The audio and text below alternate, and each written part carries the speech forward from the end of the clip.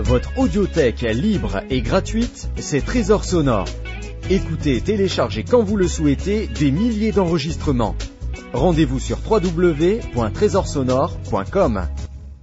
Cette semaine, dans la prière, une expression s'est imposée à moi. Le Seigneur nous fait du bien quand, ainsi, lorsque nous prions, une expression, un verset de sa parole s'impose à nous. Il veut nous dire quelque chose à travers cette parole sainte. Cette expression est unique, sous la forme que je vais lire dans la deuxième lettre de Pierre, au chapitre 3 et au verset 18, c'est-à-dire le dernier verset de la deuxième lettre de Pierre. Cette expression-là, voici, croissez dans la grâce. Cette expression s'est imposée à moi. J'ai cherché avec la concordance à trouver l'endroit où elle se trouvait, et elle se trouve donc dans cette deuxième lettre de Pierre. Cette lettre qui annonce les jugements à venir et l'apparition du Seigneur. Mais croissez dans la grâce. Alors, qu'est-ce que ça veut dire, croissez dans la grâce? D'abord, il me semble que croître, c'est grandir, c'est se développer, c'est donc le signe qu'il y a une vie. Il n'y a pas de croissance lorsqu'il n'y a pas de vie. Alors nous ne pouvons pas espérer croître dans la grâce si nous n'avons pas la vie de la grâce. Ça, c'est la première des conditions. Alors si nous n'avons pas accepté la grâce de notre Dieu, nous ne pouvons pas croître dans cette grâce. Nous pouvons avoir un aspect religieux, un habit religieux, nous pouvons faire toutes sortes de choses comme les autres, mais il n'y aura aucune espèce de croissance. Ce sera l'arbre mort à côté de l'arbre en vie. Bon, si croître c'est grandir, si c'est la manifestation de la vie, est-ce que ça veut dire que croître dans la grâce, c'est être plus gracié? Pourtant, il semble que ou on est gracié, ou on ne l'est pas. Alors on ne peut pas être plus gracié. Mais est-ce que ça ne voudrait pas dire simplement que croître dans la grâce, c'est vivre pleinement la grâce qui nous est accordée en Jésus-Christ, et qui a de multiples facettes, de multiples aspects. C'est bénéficier pleinement des diverses grâces de Dieu, qui sont comme les facettes multiples, multicolores, de cette grâce immense qui nous appelle au salut.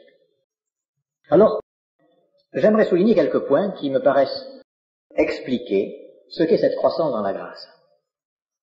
Si je prends l'image de l'être humain, un enfant grandit. Alors il grandit corporellement, mais il grandit aussi intellectuellement.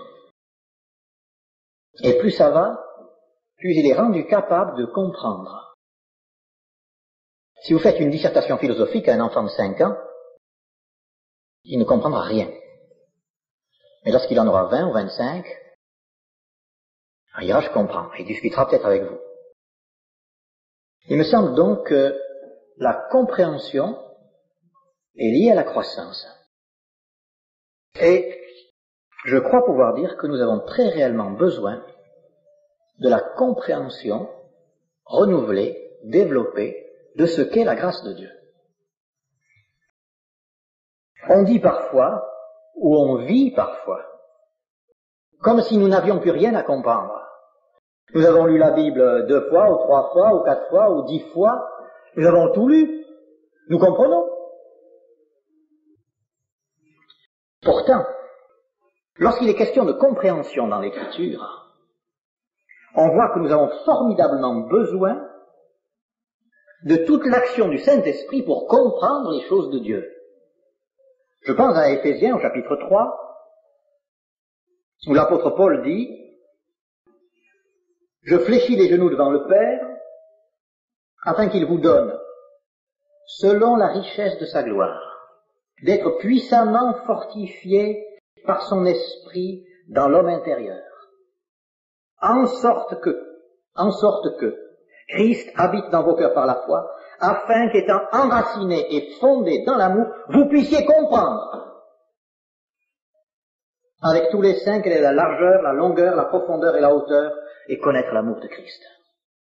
Alors nous avons besoin d'une action puissante du Saint-Esprit, de cette action de l'Esprit de Christ dans nos cœurs pour comprendre. Alors ne disons pas que nous comprenons bien la Bible. Oui, nous comprenons certaines choses. Mais nous avons besoin de l'illumination du Saint-Esprit pour réellement croître dans notre compréhension de cette fantastique grâce de Dieu. Comprendre avec tous les saints quelle est la largeur, la longueur, la profondeur et la hauteur. Cette grâce a 4 dimensions, comme l'espace-temps, la largeur, toutes les situations, votre situation, comprise dans la grâce de Dieu. La longueur, tous les temps, votre jour d'aujourd'hui, comme celui d'il y a 20 ans, comme celui de demain, compris dans la grâce. La profondeur. Qu'est-ce que c'est la profondeur? Tous les hommes, même les plus bas tombés. Celui qui ce matin est venu ici en se disant « je suis sale, je suis impur », ça ne va pas bien. Eh bien, si tu avais sur toi tous les péchés du monde, il y a encore quelqu'un qui est plus bas que toi, c'est le Seigneur. Et il te porte. Comprends, par l'action du Saint-Esprit, la profondeur de la grâce. C'est pour toi qu'il est venu. Et la hauteur.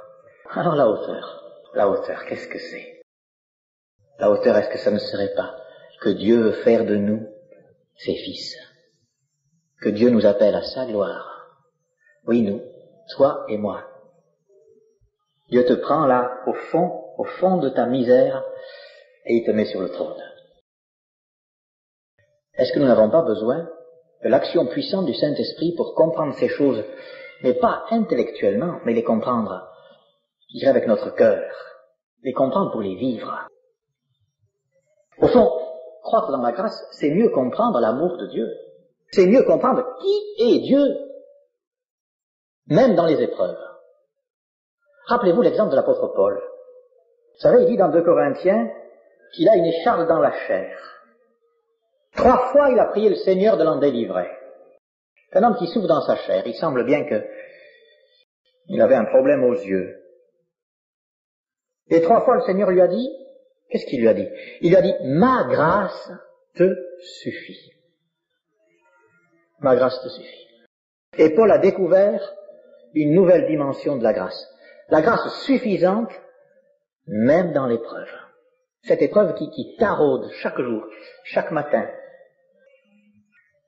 Chaque matin, vous vous réveillez et vous dites l'épreuve est là. Chaque nuit, peut-être, vous êtes réveillé et vous dites l'épreuve est là. Et le Seigneur dit, ma grâce est là. Et pour cela, j'ai besoin de l'action du Saint-Esprit.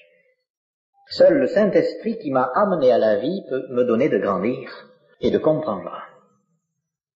Mais je crois pouvoir dire que non seulement croître dans la grâce, c'est comprendre mieux qui est Dieu et son action, mais c'est comprendre mieux qui je suis aussi. Et c'est en cela que la Bible est une fois de plus un livre exceptionnel. La Bible me dit qui je suis. La Bible ne passe pas de peinture.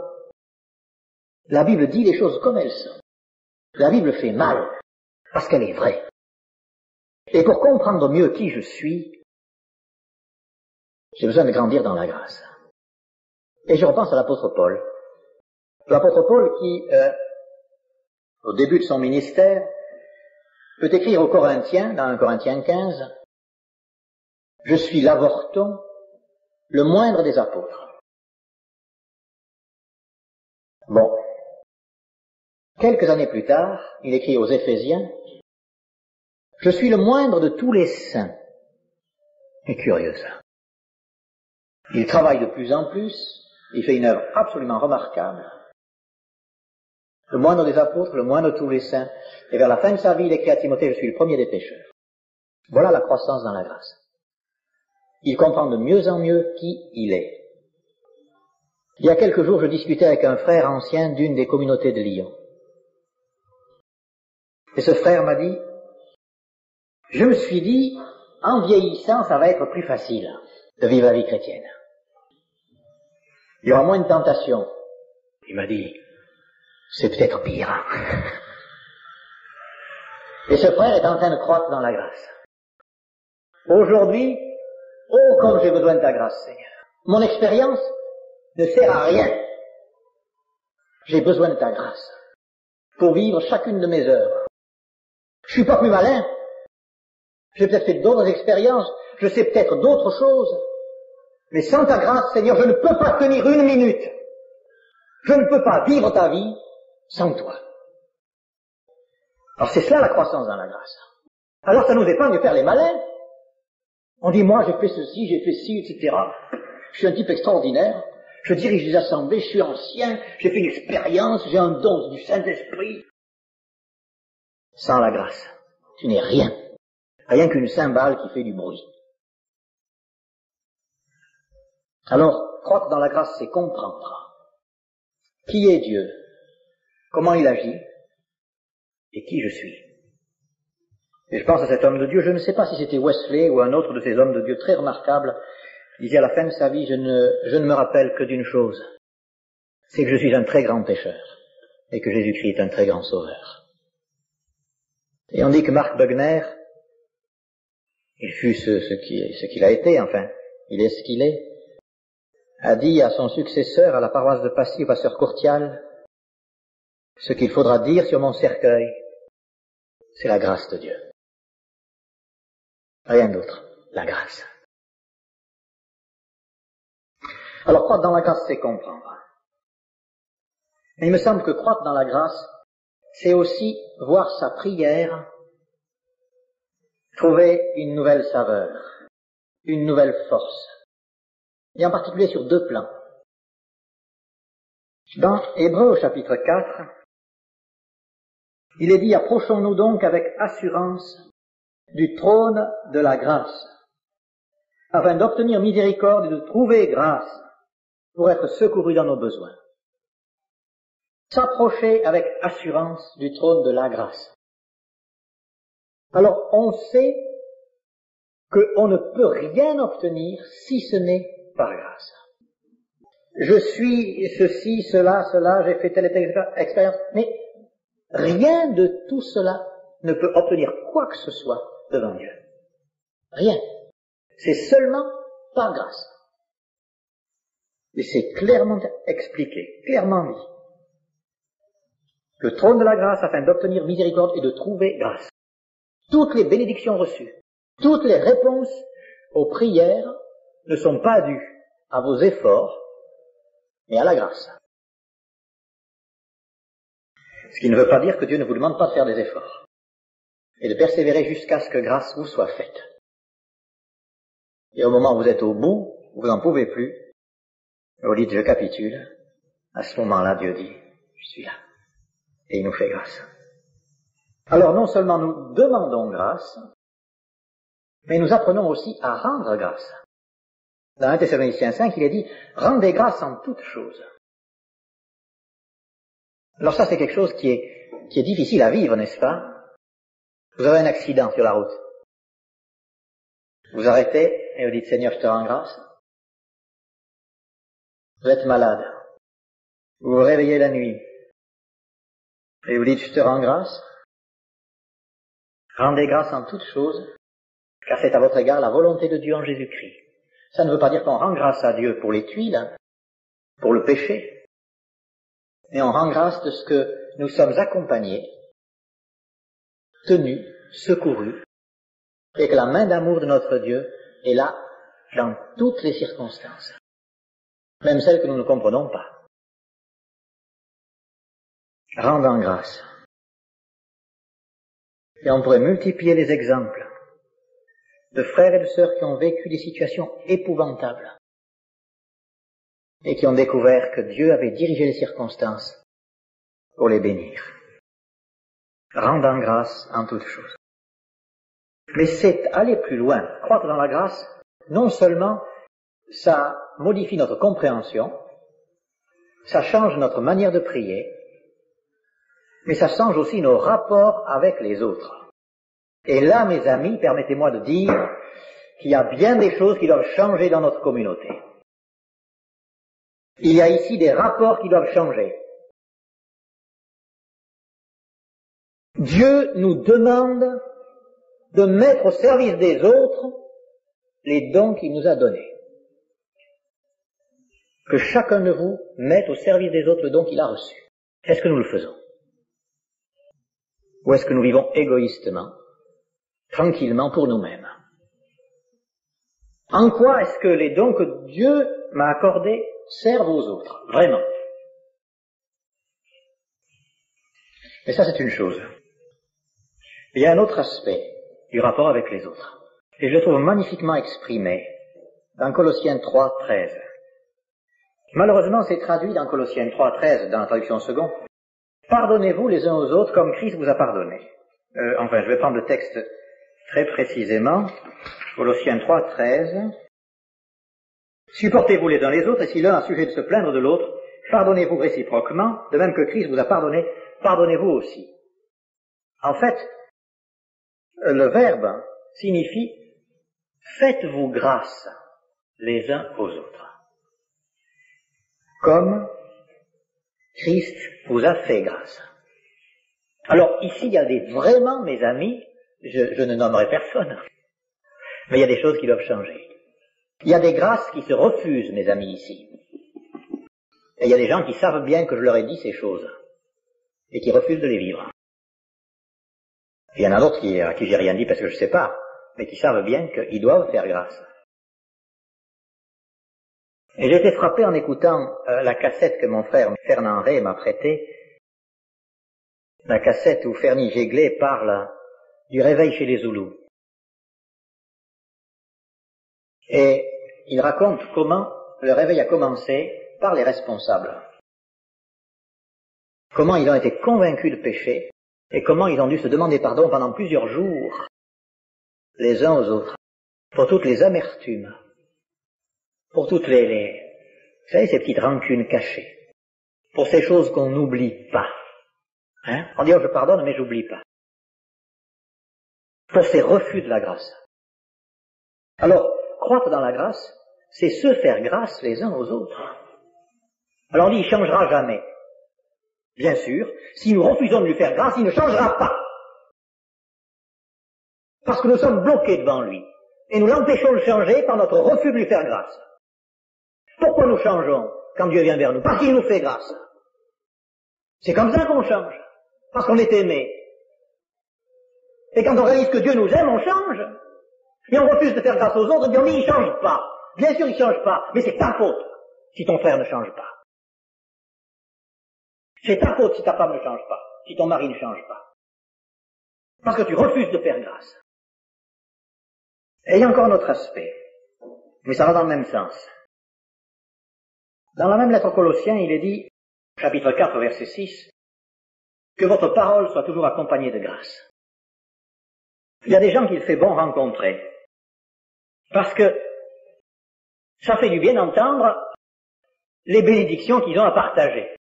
La grâce de Dieu les accompagne. Et leur parole est comme accompagnée de grâce. Mais il y a des gens, quand on les rencontre, c'est une succession, j'allais presque dire de malédictions. Alors une tuile après une tuile après une tuile, et ça va pas, et c'est comme ça, et me comprend pas, et je la comprends pas, et etc. Et... résultat complètement négatif. Est-ce que vous croyez qu'il peut y avoir une croissance dans la grâce? Ah, mes amis, il ne peut pas y en avoir. Mais si notre parole est accompagnée de grâce, c'est qu'il y a eu une croissance. J'avais eu l'occasion de raconter il y a quelque temps l'histoire de cette femme qui venait voir son pasteur et qui chaque fois lui débitait ses malheurs et ses malheurs et ses malheurs et ses malheurs et ses malheurs, au point que le pasteur avait dit à son secrétaire, quand elle arrive, vous me faites signe et je file. Il avait une secrétaire, brave. Enfin, ou un secrétaire, je sais pas. Mais toujours est-il qu'il en était venu là. Chaque fois qu'il a... Hop, il ne pouvait plus supporter. Et puis un jour, le secrétaire lui fait signe, le signe convenu, elle arrive. Alors il se prépare à se lever, mais le Saint-Esprit lui dit reste là. Ah. Alors il reste. Voir le pasteur, oui, il est là. Et elle rentre, avec un visage rayonnant. Il dit, pasteur, j'ai quelque chose à vous dire. Ah, ce qui s'est passé. Le Seigneur était passé par là. Et elle lui a dit, pasteur, vous avez jamais dit ça, et ça, et ça, et ça, et ça, et ça. Et il lui a dit, écoutez, ça fait bien longtemps que je le prêche. Elle n'a rien compris, mais là, elle le vivait. Alors il a compris pourquoi le Saint-Esprit lui avait dit, reste là. Et il a béni son Dieu. Alors que notre parole soit toujours accompagnée de grâce. Et ceci, c'est peut-être plus difficile à vivre quand les choses ne vont pas bien. Nous avons tendance à nous raconter, n'est-ce pas? Nous sommes tous les mêmes, hein. Quand ça va pas, on a tendance à voir ce qui ne va pas. Mais croître dans la grâce, c'est voir notre parole changer. Notre parole faire du bien. Comme ce gars qui arrive dans une station de service, il pleut comme ça, et il dit, ah, quel beau jour! Je dis, quel beau jour, vous êtes gonflé. Il dit, mais oui, c'est ici la journée que l'Éternel a faite. Alors il pleut peut-être dans ta vie, mais c'est la journée que l'Éternel a faite. Qu'est-ce qu'il veut t'apprendre par cette pluie? Qu'est-ce qu'il veut t'apprendre par ces coups, par cette souffrance? Et j'aime rajouter encore 2 ou 3 choses. Croître dans la grâce, c'est fuir le légalisme. La lettre aux Galates, à cet égard, est très significative. Si nous cherchons notre justification dans la loi, nous sommes déchus de la grâce. Alors vous direz, mais ça c'est l'histoire des Juifs. Notre sœur Mademoiselle Morin me parlait de quelques Juifs qu'elle a rencontrés et disait que ils vont très loin dans leur observation de la loi, de toutes ces traditions. Par exemple, un jour elle demandait à un ami juif de signer une carte postale. Cet ami juif lui a dit non, je la signerai après-demain. Pourquoi? Mais c'est le sabbat. Il ne voulait pas signer une carte postale, adressée à un ami. C'était le sabbat. Et un autre qui venait, qui avait été invité, on lui avait assuré que la vaisselle serait parfaitement propre, mais il est venu avec ses assiettes et ses couverts. N'est-ce pas? Alors la loi. Alors on dit c'est les Juifs. Les Juifs. Laissons les Juifs de côté. Et regardons-nous. Alors regardons-nous. Sur le plan du vêtement, être chrétien, c'est s'habiller de telle et telle façon. Comme disait un jour, je l'ai entendu de mes propres oreilles, une vieille dame dire dans une convention chrétienne, il ne faut pas aller au cinéma. Le Seigneur Jésus n'est pas allé au cinéma, alors il ne faut pas aller au cinéma. Hein? C'est pas beau ça? On aurait pu lui dire, les hommes devraient porter une robe aussi comme le Seigneur Jésus, parce que le Seigneur Jésus portait une robe. Alors là, elle aurait poussé des cris. Hein? Alors on dit par exemple, si les femmes portent un pantalon, c'est épouvantable. Parce que le pantalon, c'est un habit d'homme. La Bible dit qu'il ne faut pas que les femmes portent des habits d'homme. Et on ne comprend pas de quelle façon la Bible le dit. Ce que la Bible condamne, c'est l'homosexualité et le travesti. Ça, c'est clair. Mais quand le pantalon est devenu un habit féminin, aussi, pourquoi pas? Alors il y a une sobriété à avoir. Alors on devient d'un légalisme tel que il faut avoir les cheveux à telle longueur, les jupes à telle longueur. Bien sûr, il faut faire attention à notre manière de nous vêtir. C'est vrai, la Bible en parle. Il y a une sobriété, il y a un respect à avoir. Mais finalement, la forme remplace le fond. Le légalisme des chrétiens est quelque chose d'effroyable, mes amis. Alors, par exemple, vous prenez votre repas et vous vous apercevez brusquement que vous n'avez pas prié. Vous arrêtez la bouchée en plein milieu et puis vous priez à ce moment-là. Et qu'est-ce que c'est ça? Et la grâce, alors, qu'est-ce qu'on en fait? Alors ça ne veut pas dire qu'il ne faut pas prier avant les repas.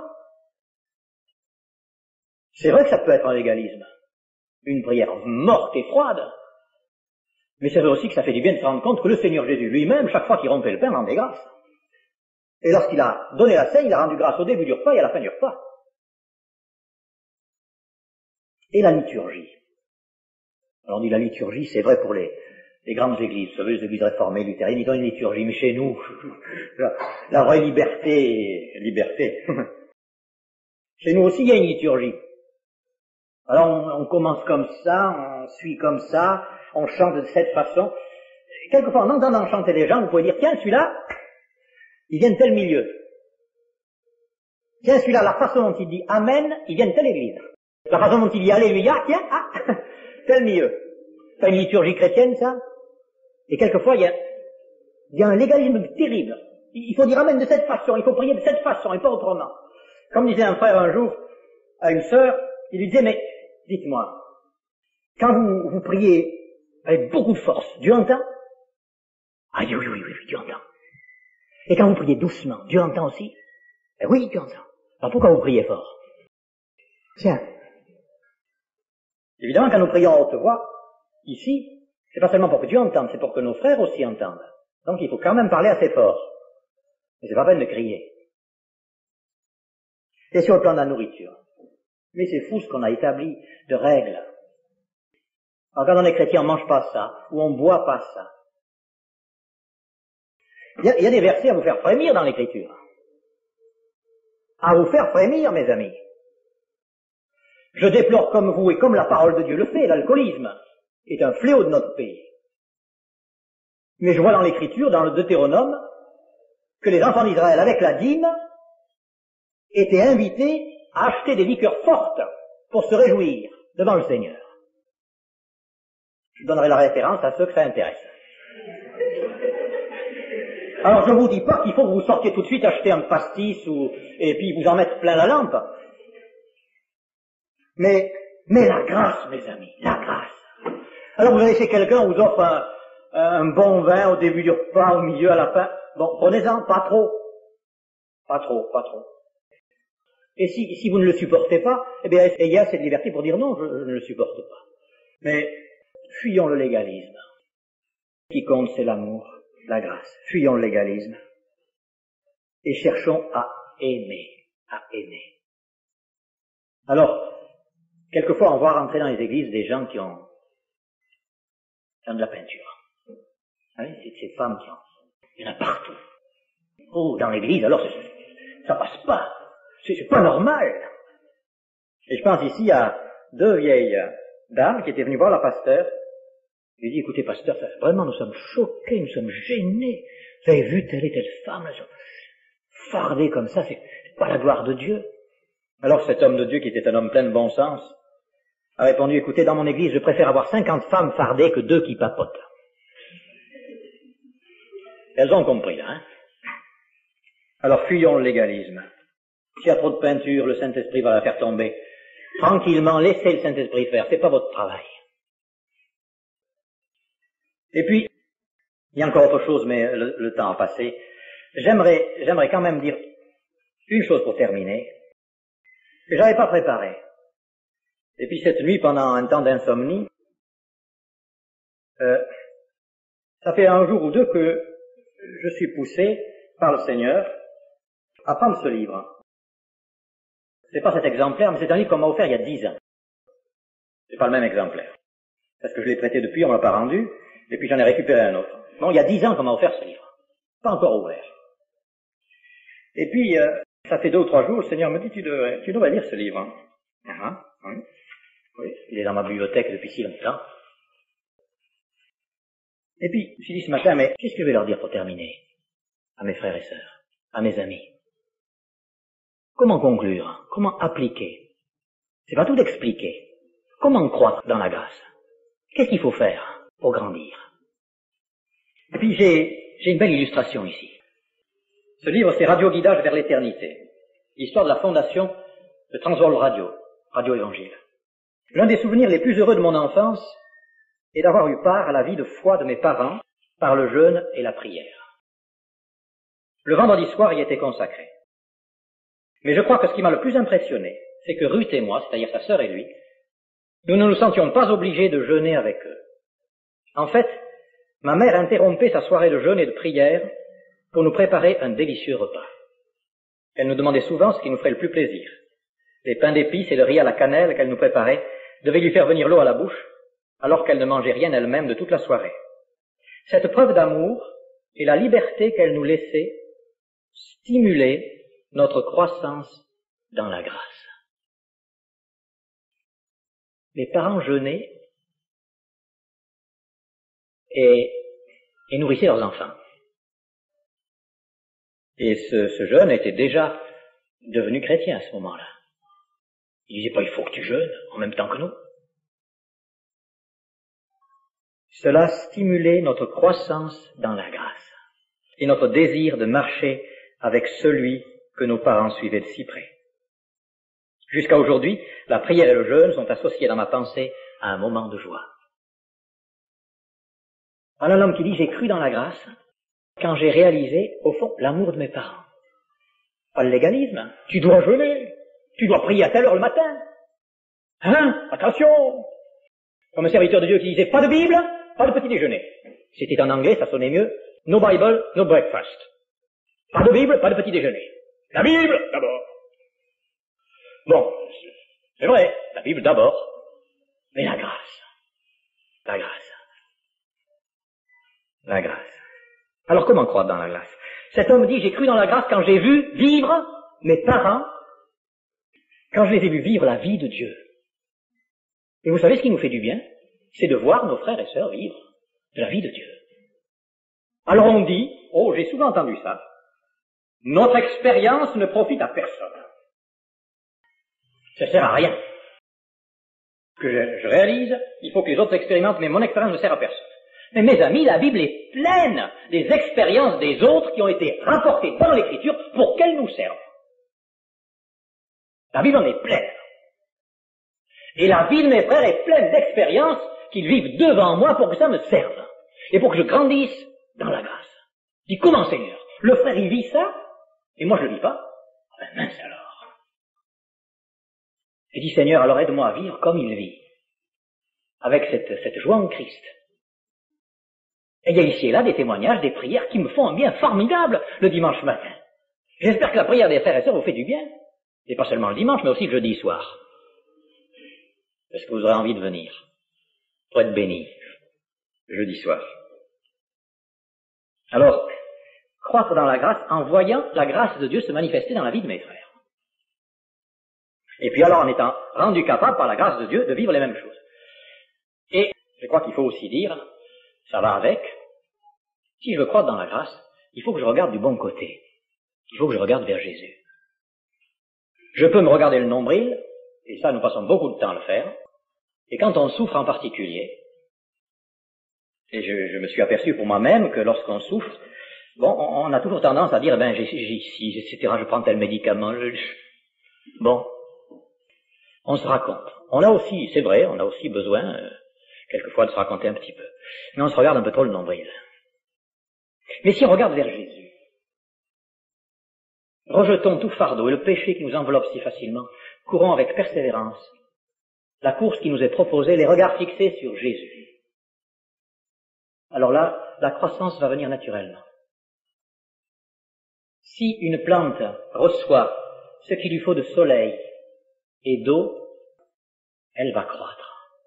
Si je regarde vers Jésus, alors je vais recevoir à la fois cette pluie et puis ce soleil, et je vais grandir.